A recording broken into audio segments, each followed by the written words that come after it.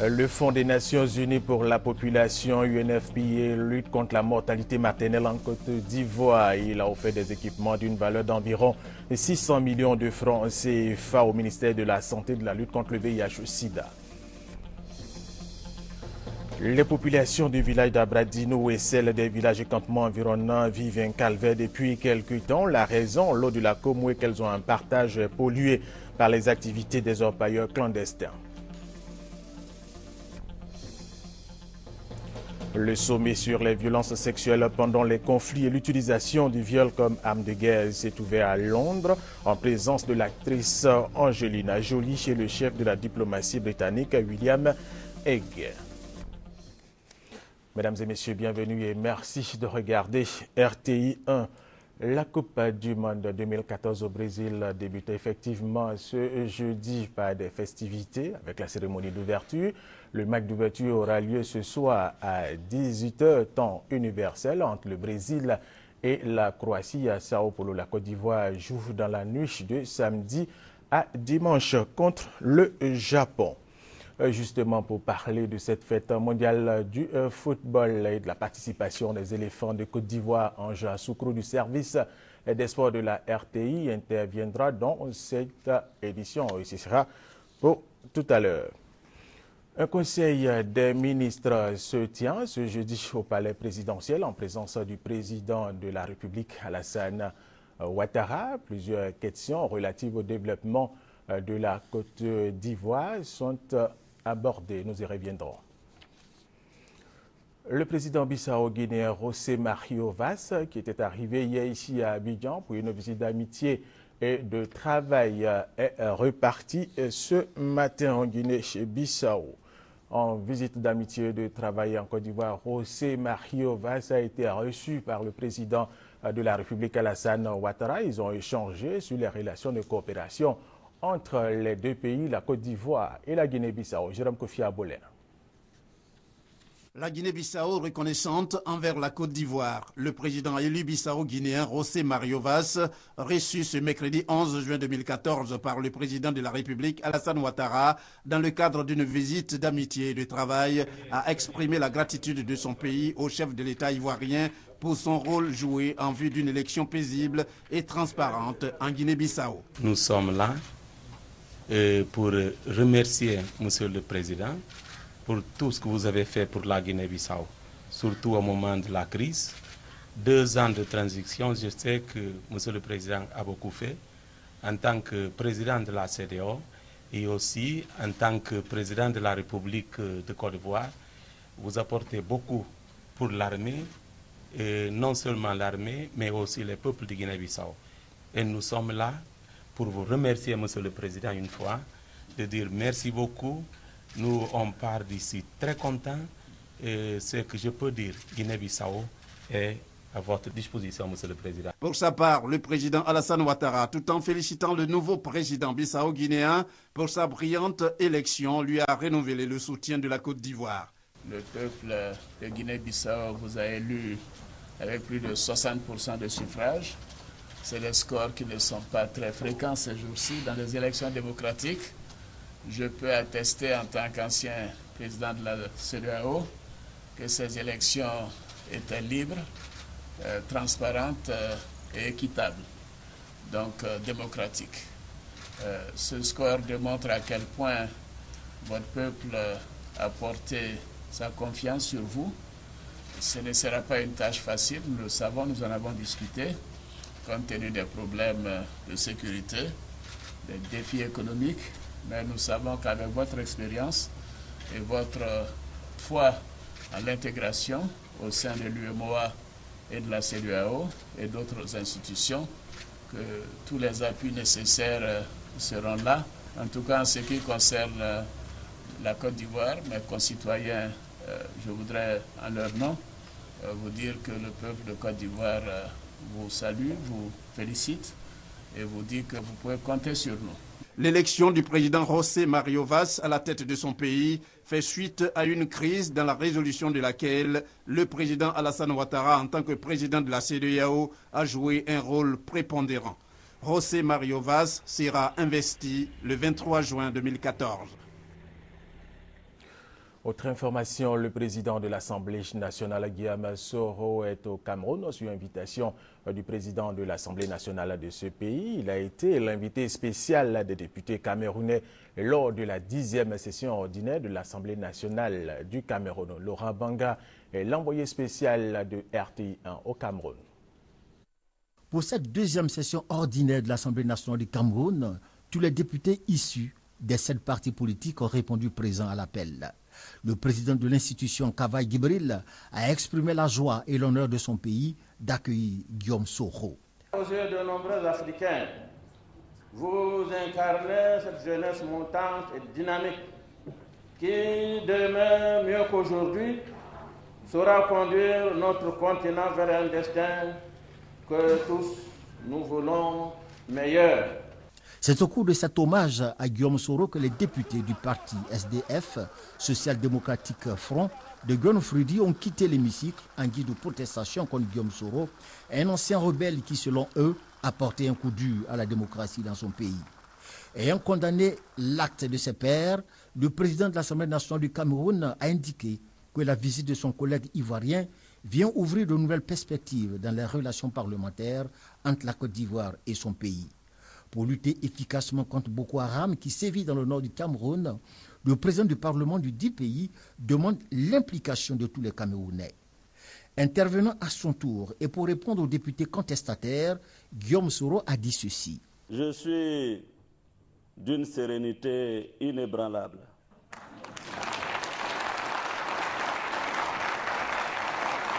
Voyez-vous, ma vie, du haut de mes 42 ans, n'a jamais été la vie d'un fleuve tranquille.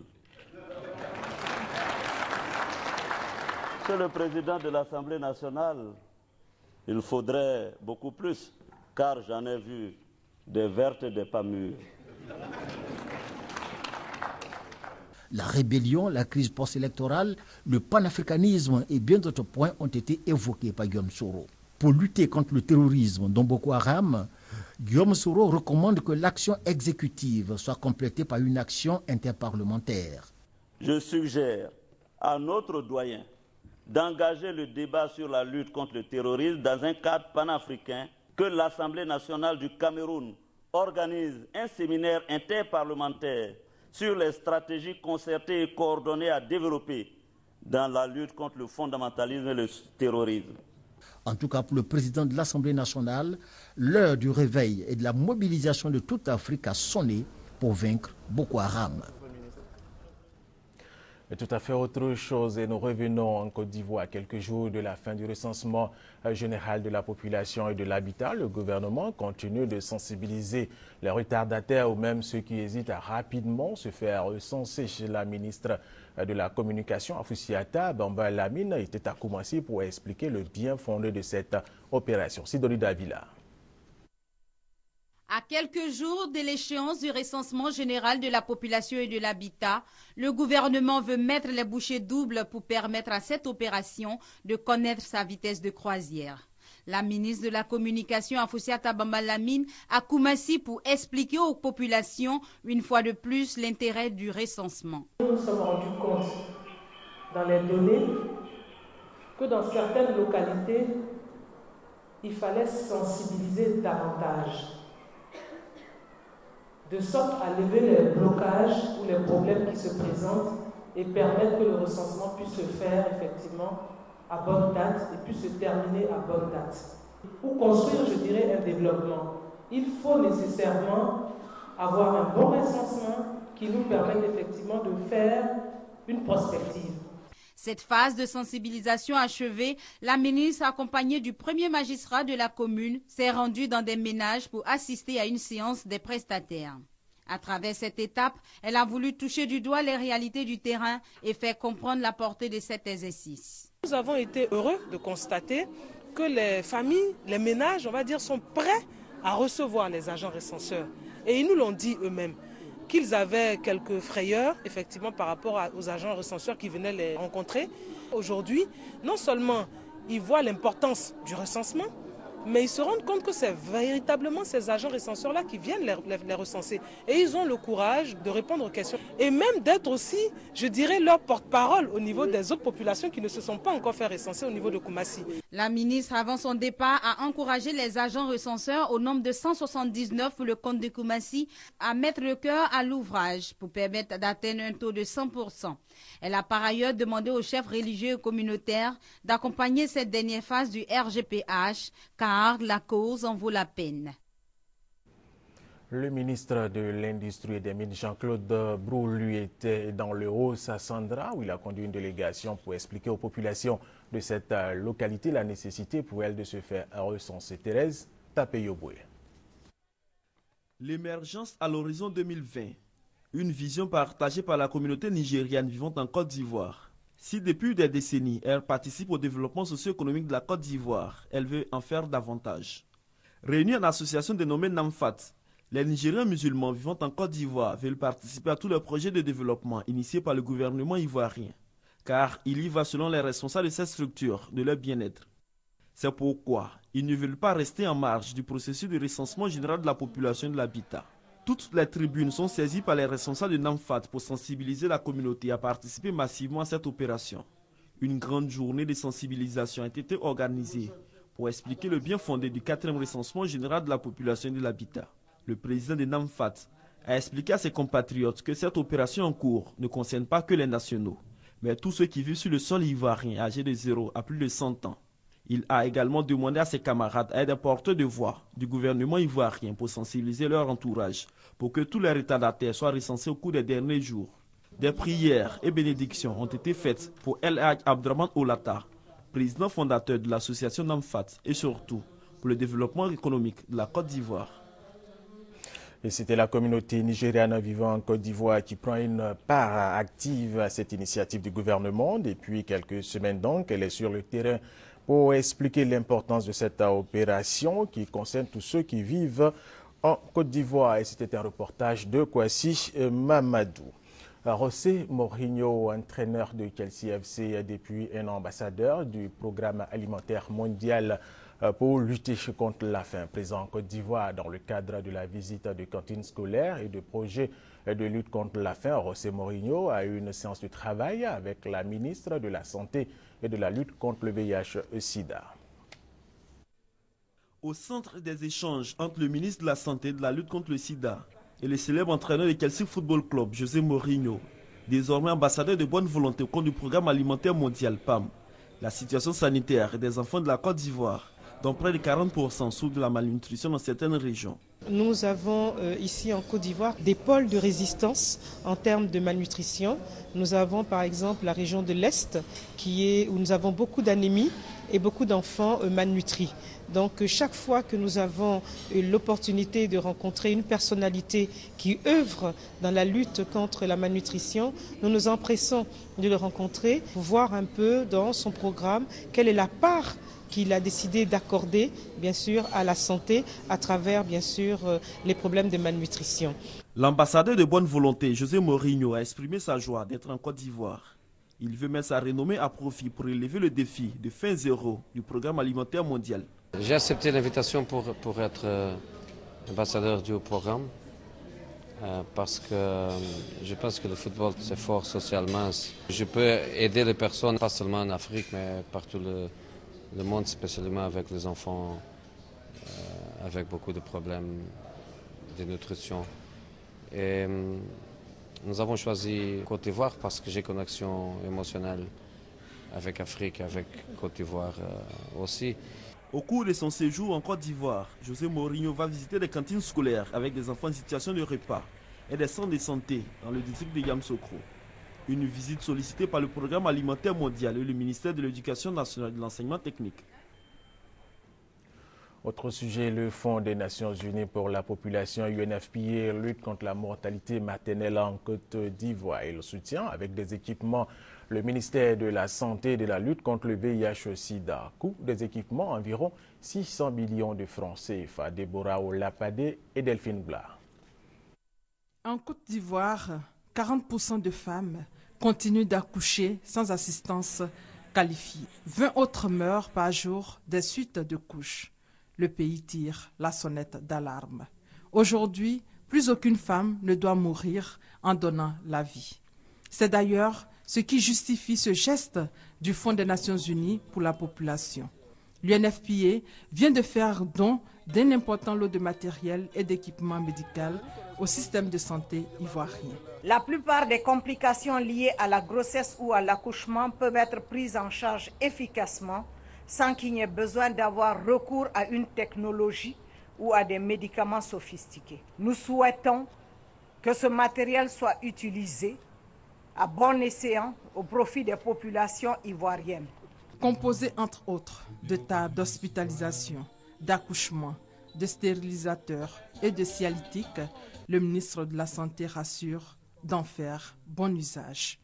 Valeur du matériel, près de 597 millions de francs CFA. Aujourd'hui, c'est un grand jour pour le système de santé en Côte d'Ivoire. Ce matériel va effectivement servir. Il va servir à nos gynécologues. Il va servir à nos sages-femmes qui, jour et nuit, luttent justement pour préserver la vie des femmes et la vie de ces enfants qui naissent. Vous avez le devoir de faire en sorte que ce matériel qui vient de nous être livré soit bien entretenu, n'est-ce pas, bien utilisé et qu'on ne le retrouve pas dans des structures privées. 98 structures sanitaires et communautaires dans 35 districts de santé vont bénéficier de ces équipements dans le cadre de la réduction de la mortalité maternelle. La clôture du CBCG de Cocody et 3 bâtiments dont un étage sont menacés d'effondrement par les pluies qui s'abattent sur la ville d'Abidjan et cela pourrait s'accélérer très rapidement si l'on n'intervient pas. CBCG de Cocody, un après-midi de cours ordinaire, étudiants et professeurs ne se doutent pas du danger derrière la clôture de l'école. Juste à côté, un trou béant qui serait causé par les fortes pluies qui se sont abattues sur la ville d'Abidjan et qui ont déjà emporté la terre sur 40 mètres et 2 gros arbres. La clôture du CBCG est menacée d'effondrement. C'était un petit trou au départ. C'est tout à l'heure je viens de voir que ça s'agrandit et que c'est devenu aussi dangereux. Le trou il n'était pas aussi grand. Vous savez qu'il y a de fortes pluies donc, que nous enregistrons ces temps-ci à Abidjan. Et donc ces grandes pluies-là ont rapidement entraîné le gros trou qui a mis en difficulté donc, la clôture. Et aujourd'hui, la menace plane sur 2 bâtiments de 7 classes et puis un immeuble R+3 qui sont donc menacés. Et donc c'est toute la capacité d'accueil de l'établissement donc qui est menacée. Le danger est imminent, inquiet. Étudiants et responsables scolaires lancent un appel. Ils demandent de l'aide aussi à tout chacun aussi pour pouvoir apporter solution à ce problème-là qui véritablement est important pour nous. En attendant, des mesures de précaution pour éloigner les étudiants de cet espace dangereux ont été annoncées. Et c'était le constat de Déborah Olapadé et Delphine Bla. Deuxième grand titre de cette édition, les populations du village d'Abradino et celles des villages et campements environnants vivent un calvaire depuis quelque temps. La raison, l'eau de la Komoué qu'elles ont en partage polluée par les activités des orpailleurs clandestins. Kwasi Mamadou s'est rendu dans cette localité pour comprendre ce phénomène. Le fleuve Komoué qui traverse le village d'Abradino dans le département de Bétier est devenu depuis quelques mois jaunâtre. Il a perdu sa couleur habituelle, chose qui inquiète et alarme la population. On ne peut rien faire. Donc on est comme ça, on ne peut pas toucher la Komoué. Même les linges, maintenant on ne peut plus faire tout ça. Là. Quand tu pêches un poisson, quand tu prépares, il y a une odeur dedans. On ne peut pas manger. Et quand tu pêches le poisson, jusqu'à le soir, il commence à se décomposer. Il y a un truc comme de la graisse qui s'est installé sur l'eau. Et il y a mon petit frère qui est quitté en voyage. Quand il est arrivé, il ne savait pas. Donc vers 19h, il est parti se laver. Il dit la nuit, il n'a pas dormi. Tout son corps le démangeait. Il ne savait pas ce qui c'était. C'est après le lendemain qu'il a vu que c'était l'eau là qui lui a fait ça. À l'origine de cette situation, la présence de clandestins qui mènent une activité de recherche de l'or à Bebou, Eyuasso et Mbasso, des villages de la sous-préfecture des Aranou, situés sur la rivière Manzan, dans le département d'Abengourou. La boue sortie des sites d'extraction de l'or est automatiquement rejetée dans la rivière Manzan, qui se jette ensuite dans le fleuve Komoué, avec tout le contenu de produits chimiques. Cette activité démarrée en novembre 2013 est menée par des personnes venues du Ghana voisin et des pays de la sous-région, avec l'accord des communautés villageoises. Pourtant, cette parcelle en exploitation est, selon le préfet des régions, une propriété de l'État de Côte d'Ivoire attribuée à une entreprise minière de la place. Pour l'heure, aucune victime liée à la consommation de l'eau, mais le pire est à craindre, puisque les structures sanitaires ne disposent pas du matériel adéquat pour parer à toute éventualité. Dans les campements, surtout des Yéré Dougou, ceux qui n'ont pas le château d'eau, qui n'ont pas de l'eau, souvent ils viennent avec des cas de diarrhée. Bon, mais je ne sais pas si c'était la consommation de l'eau. Du moment que notre centre ne dispose pas de laboratoire. Nous avons demandé de ne pas consommer l'eau et d'utiliser des puits. S'il n'y a pas de pompe hydraulique, parce que c'est le mercure qu'ils utilisent. Le mercure qu'ils utilisent pour, soi-disant, attirer l'eau. Pour s'approvisionner, les populations se tournent donc vers d'autres sources d'eau. Pendant ce temps, ce sont plusieurs superficies de terres cultivables et des plantations qui sont détruites chaque jour face à l'impuissance des populations et dans l'impunité. Le comité départemental de suivi des activités de la filière café-cacao du département de Soubré a été installé par les responsables de la préfecture. Ce comité a pour mission de faciliter le processus de commercialisation intérieure de ces deux cultures de rente. Honorine Anigori. Le comité départemental de suivi des activités de la filière café-cacao du département de Soubré a pour mission de relever toutes les violations de la réglementation en vigueur en matière de ces deux cultures de rente, de communiquer au Conseil du café-cacao un rapport trimestriel d'activité avec copie des procès-verbaux de réunion et d'arbitrage. Il compte également adresser des avis consultatifs sur le cadre de la commercialisation intérieure, d'identifier les pisteurs et acheteurs, de sensibiliser les opérateurs et d'arbitrer les conflits entre les opérateurs de la filière et les agents assermentés du Conseil du café-cacao. Au dire de Boloba Silué, conseiller technique et représentant le directeur général du Conseil du café-cacao, l'installation des comités de suivi rentre dans le cadre de l'amélioration des conditions de travail des acteurs de la filière et constitue un engagement pris dans le cadre de la réforme qui a conduit à la création du Conseil du café-cacao. Il a exhorté les membres du comité départemental de Soubré à œuvrer à ce que la commercialisation dans la région se fasse selon la réglementation en vigueur. Le préfet des régions du département de Soubré, président de ce comité, Ali Kwadio, n'a pas manqué d'exhorter les acheteurs et pisteurs au respect des normes de commercialisation en vigueur et de porter à la connaissance du comité tout dysfonctionnement constaté sur le terrain.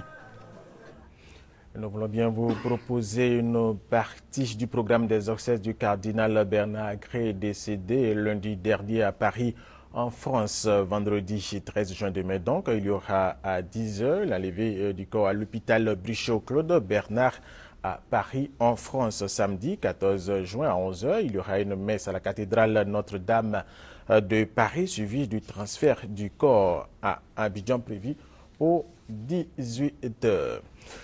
Le sommet sur les violences sexuelles pendant les conflits et l'utilisation du viol comme arme de guerre s'est ouvert à Londres en présence de l'actrice Angelina Jolie et le chef de la diplomatie britannique William Hague. La star d'Hollywood, Angelina Jolie, et le ministre britannique des Affaires étrangères William Hague, ensemble pour combattre les violences sexuelles en temps de guerre. Ils président à Londres cette semaine le premier sommet consacré à ce fléau. Pendant 4 jours, des délégations de 48 pays se réunissent pour définir les moyens de lutter contre ces viols qui, selon Angelina Jolie, n'ont rien d'inévitable. C'est un mythe que le viol est une conséquence inexorable des guerres. Il n'y a rien d'inévitable là-dedans. C'est une arme de guerre dirigée contre des civils qui n'a rien à voir avec le sexe, mais avec le pouvoir. L'Afrique est particulièrement concernée. En RDC, environ 200 000 femmes ont été violées depuis 1998. Au Rwanda, selon les Nations Unies, entre 250 000 et 500 000 viols auraient été commis pendant le génocide. En Sierra Leone, le nombre de femmes violées pendant le conflit dépasserait 60 000. Au cours de ce sommet, des ateliers, des conférences et des expositions sont ouverts au public pour éveiller les consciences, créer un élan qui puisse déboucher sur des actions concrètes. Nous voulons que ce sommet brise la culture d'impunité pour les violences sexuelles et qu'il augmente le soutien aux victimes et qu'il commence à changer la situation sur le terrain dans les pays les plus touchés. La Grande-Bretagne a annoncé une dotation de 7,4 millions d'euros pour aider les victimes de violences sexuelles. Un protocole international pour mieux répertorier et poursuivre les crimes devrait également être étudié. Nous sommes maintenant avec Ange Alain Assoukro du service des sports de la RTI. Ange, bonjour. Allez, vous allez nous parler de l'ouverture du mondial 2014 au Brésil avec la participation justement des éléphants. Bien sûr, alors c'est le grand jour D-Day, disent les anglophones, et jour J pour les francophones, l'ouverture solennelle de la Coupe du monde de football sur les terres de la Samba, sur les terres du football, la terre de Roi Pelé, avec bien sûr la participation de l'équipe nationale de Côte d'Ivoire. La cérémonie d'ouverture se tiendra aujourd'hui même à partir de 18h. Alors, oui, Ange Assoukro, la cérémonie d'ouverture, c'est pour 18h. Nous allons suivre cette conférence de presse relative à justement la participation des éléphants.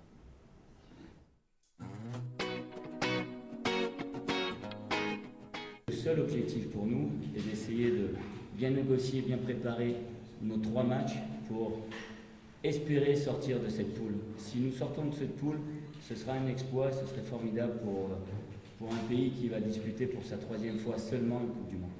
Quand on dit une Coupe du Monde, tu joues contre les meilleures équipes du monde, donc c'est des matchs très disputés, c'est des matchs très difficiles. Donc on va essayer d'être le plus concentré possible, essayer d'être aussi quand même le plus relax possible, de telle sorte qu'on puisse avoir de très belles performances et sortir avec aucun regret, parce que c'est ça la chose la plus importante.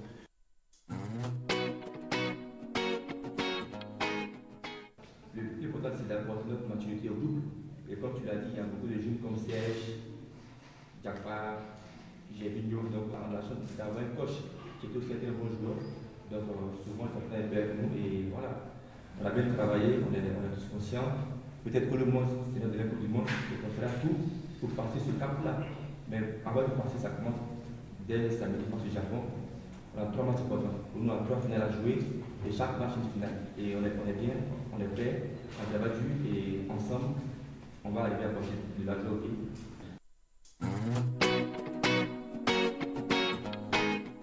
De cette équipe japonaise, il y a forcément des individualités qui en ressortent. Il y en a pas mal, que ce soit sur le côté gauche, Nagatomo, Kagawa, au milieu, Honda. Il y a des joueurs défensivement qui sont importants. ACB qui n'a pas joué les 2 derniers matchs, notamment. C'est une équipe qui est assez bien structurée, assez bien disciplinée, avec beaucoup de qualités techniques individuelles et des schémas de jeu très simples mais qui font très bien. C'est celle qui peut créer la surprise parce qu'elle travaille avec un entraîneur depuis plus de 4 ans, des joueurs de grande qualité, un jeu offensif. C'est une équipe qui est bien disciplinée et qui est effectivement dangereuse. Allez, Ange Assoukro, l'ouverture de ce mondial est prévue pour ce soir à 18h temps universel. Voilà, 18h prise d'antenne sur la RTI, cérémonie d'ouverture grandeur nature après ce que l'on a vécu en Afrique du Sud en 2010. Nul doute que les Brésiliens habitués aux grandes fêtes vont donner à voir au monde à une très belle cérémonie d'ouverture. Vous le savez bien, les Ivoiriens entrent en lice dès samedi à 1h du matin pour leur première rencontre face au Japon. Eh bien, les dés sont jetés. La Coupe du Monde 2014 démarre à partir d'aujourd'hui en direct sur les antennes de la RTI qui va vous proposer les 64 rencontres. Prenez rendez-vous avec nous tout à l'heure à partir de 18h. Un décor nouveau a été confectionné pour cette Coupe du Monde. Je vous demande de le regarder tout simplement et vous nous en direz des nouvelles. Allez, prenez donc rendez-vous à 18h, c'est la fin de cette édition. Merci de l'avoir suivi. Restez avec nous sur RTI1 où l'information continue.